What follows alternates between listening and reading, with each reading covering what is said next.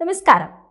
Houthi തീവ്രവാദികൾ തൊടുത്തുവിട്ട 2 മിസൈലുകൾ വെടിവെച്ചിട്ട് ഒരു ദിവസത്തിനു ശേഷം വെള്ളിയാഴ്ച യമനിൽ നിന്ന് തൊടുത്തുവിട്ട മിസൈൽ തടഞ്ഞതായി ഇസ്രായേൽ സൈന്യം അറിയിച്ചിരിക്കുകയാണ്. ആക്രമണത്തിന്റെ ഉത്തരവാദിത്തം യമനിലെ ഇറാനുമായി സഖ്യമുള്ള ഹൂതി ഗ്രൂപ്പ് ഏറ്റെടുത്തു. ശനിയാഴ്ച പുലർച്ചെ ഒരു ടെലിവിഷൻ പ്രസ്താവനയിൽ ടെൽ അവീവിനടുത്തുള്ള ബെൻ ഗുരിയോൺ വിമാനത്താവളത്തിന് നേരെ ബാലിസ്റ്റിക് മിസൈൽ വിക്ഷേപിച്ചതായി ഗ്രൂപ്പിന്റെ സൈനിക വക്താവ് യഹ്യ സാരി പറഞ്ഞിരുന്നു.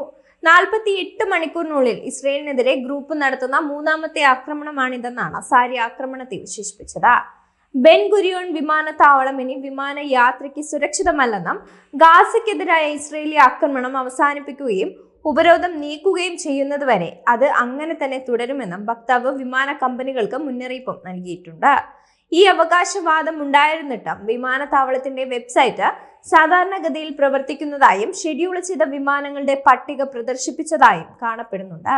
ഇതിനു പുറമെ ചെങ്കടലിൽ വെച്ച് US വിമാനവാഹിനി കപ്പലായ USS ഹാരി എച്ച് ട്രൂമാനെതിരെ ഹൂതികൾ ആക്രമണം നടത്തിയതായും തെളിവുകൾ നൽകാതെ സാരി അവകാശപ്പെട്ടു.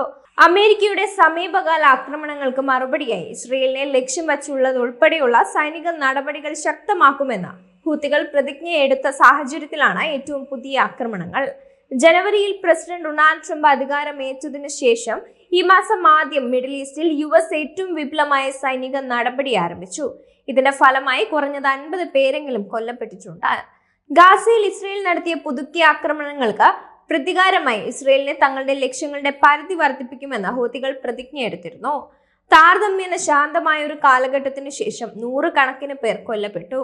2023 അവസാനത്തോടെ ഇസ്രയേൽ ഹമാസ് യുദ്ധം പൊട്ടിപ്പുറപ്പെട്ടതിനു ശേഷം ഗാസയിലെ പലസ്തീനികളോട് ഐക്യദാർഢ്യം പ്രഖ്യാപിക്കുന്നതിനായി അവകാശപ്പെട്ട് വാണിജ്യ കപ്പലുകൾക്ക് നേരെ ഹൂതികൾ 100-ലധികം ആക്രമണങ്ങൾ നടത്തിയിട്ടുണ്ട്. ഈ ആക്രമണങ്ങൾ ആഗോള വ്യാപാരത്തെ തടസ്സപ്പെടുത്തുകയും US സൈന്യത്തെ ചിലവേറിയ തടസ്സപ്പെടുത്തൽ ശ്രമങ്ങൾ നടത്താൻ പ്രേരിപ്പിക്കുകയും ചെയ്തിട്ടുണ്ട്. ആക്സിസ് ഓഫ് റെസിസ്റ്റൻസ് എന്നറിയപ്പെടുന്നതിന്റെ ഭാഗമാണ് ഹൂതികൾ. ഇസ്രായേൽ വിരുദ്ധവും പാശ്ചാത്യ വിരുദ്ധവുമായ പ്രാദേശിക സായുധ സംഘങ്ങളുടെ സഖ്യമാണിത്. ഹമാസ്, ലെബനനിലെ ഹിസ്ബുള്ള, ഇറാഖിലെ സായുധ ഗ്രൂപ്പുകൾ എന്നിവ ഇതിൽ ഉൾപ്പെടുന്നതാണ്. ഇവയ്ക്കെല്ലാം ഇറാന്റെ പിന്തുണയും ലഭിക്കുന്നുണ്ട്.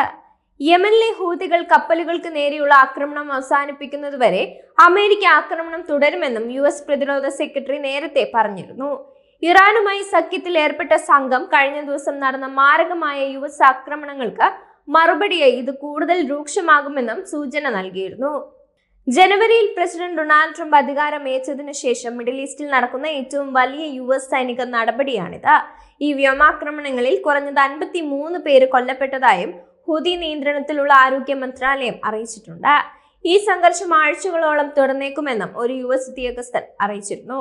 യമനിൽ അമേരിക്ക ആക്രമണം തുടരുന്നിടത്തോളം കാലം ചെങ്കടലിൽ US കപ്പലുകളെ ലക്ഷ്യം വെക്കുമെന്ന് ഹൂതി നേതാവ് അബ്ദുൽ മാലിക് അൽ ഹൂത്തി പറഞ്ഞിരുന്നു. അവർ ആക്രമണം തുടർന്നാൽ ഞങ്ങൾ സംഘർഷം രൂക്ഷമാക്കുമെന്നാണ് അദ്ദേഹം പറഞ്ഞത്.